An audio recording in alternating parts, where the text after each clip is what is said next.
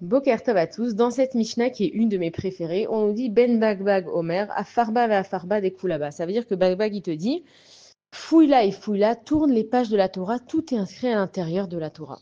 Et donc on comprend que Kadesh Baruch Hu, en fait, quand il a donné la Torah au Ham Israël, c'est pas juste qu'il nous a donné quelque chose qui va nous aider dans nos vies.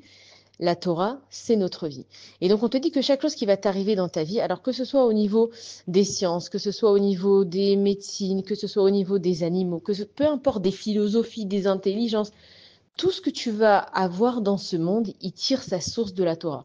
Pourquoi on jeûne pendant le dit Tevet? C'est parce que justement, les Grecs, ils ont demandé aux Juifs de traduire la Torah dans leur langue. Et quand les Juifs, ils ont été obligés, ils ont traduit la Torah dans leur langue, à ce moment-là, qu'est-ce qu'ils ont fait les Goïms? Ils ont pris la Torah, ils ont pris les sciences, ils ont pris l'intelligence, ils ont pris les médecines, ils ont juste enlevé le nom d'Akadash Baruch Hu en disant que c'était un tel et un tel qui a sorti cette chose-là. Mais en fait, tout vient absolument de la Torah. Maintenant, nous, on pense que c'est vrai que c'est une belle histoire, la Torah. Alors, entre Adam Arishon qui va manger une pomme, entre Noah qui va construire un grand arbre, entre Avraham Avinu qui va sacrifier son fils Yitzhak et à la fin, ça va être un bélier et un peuple qui va en Égypte, et puis il est tenu esclave, et après leur Dieu, il leur sort avec plein de miracles, et ensuite il reçoit une terre promise.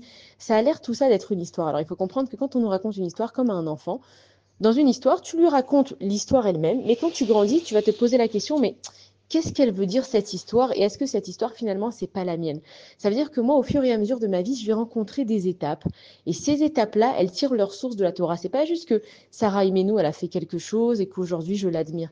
C'est pas juste que Yitzhak ou Avraham, Yitzhak et Yaakov ils ont fait des choses et que je me dis bon c'est vrai c'était des tzadikim. C'est-à-dire que eux les épreuves par lesquelles ils sont passés, c'est pour que ils ont créé des forces là-bas pour que nous quand on va passer par les mêmes épreuves, on puisse tirer de leur force et nommer leur mérite. Ça veut dire que Sarah aussi, Sarah Eminou, elle avait été prise captive dans le palais de Avimelech.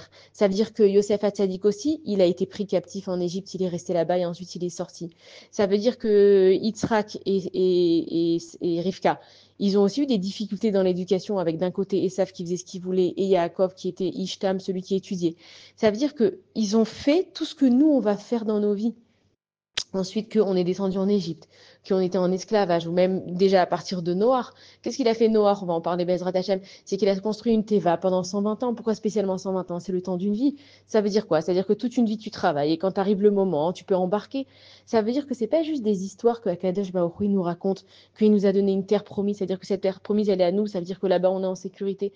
Akadosh Baruch Hu, quand il nous a donné la Torah, c'est pour nous dire, mes enfants, c'est pas juste une histoire, c'est vos vies.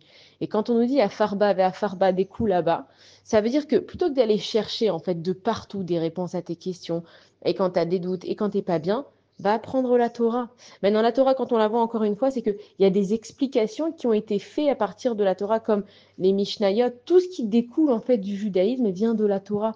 Et on peut tout trouver déjà à partir des 10 commandements, mais on peut tout trouver là-dedans. Dès que tu as des problèmes avec l'éducation des enfants, dès que tu as des problèmes même avec savoir comment être honnête, savoir comment travailler, on voit qu'Avraham Avinu, on lui a donné le terrain de la Maharat Marpella à Hebron, là où reposent nos ancêtres. Avraham Avinu, il a dit non, je vais l'acheter parce que plus tard, on va me reprocher d'eux. Donc là, tu apprends que n'accepte pas des choses gratuites, il faut toujours payer pour dire que c'est à toi que tu l'as acheté.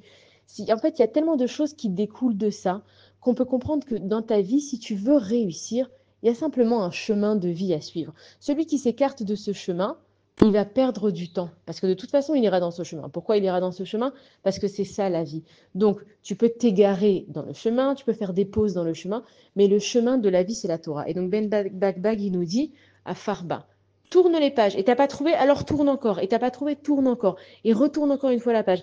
Et même si on sait qu'on avance, voilà, on avait Bereshit, après on va faire Noach, on va faire l'Erlecha, on sait que dans la Torah, il y a marqué En Seder Meochar ou Meokdam Batorah. Ça veut dire que dans la Torah, en vrai, il n'y a pas d'ordre. Ça veut dire que je peux être à la paracha de Shemot et tout d'un coup, il m'arrive quelque chose de la paracha de Bereshit. Parce que chacun, dans son chemin de vie, il est amené à faire ce qui s'est passé dans la Torah.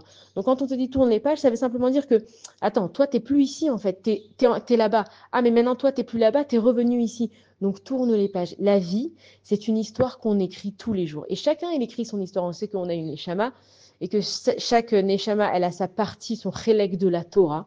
Donc, tu es en train d'écrire ton histoire, seulement ton histoire. C'est pas que j'ai un livre blanc et je sais pas quoi faire et comment je vais faire, c'est que tu vas écrire ton histoire à partir de la Torah.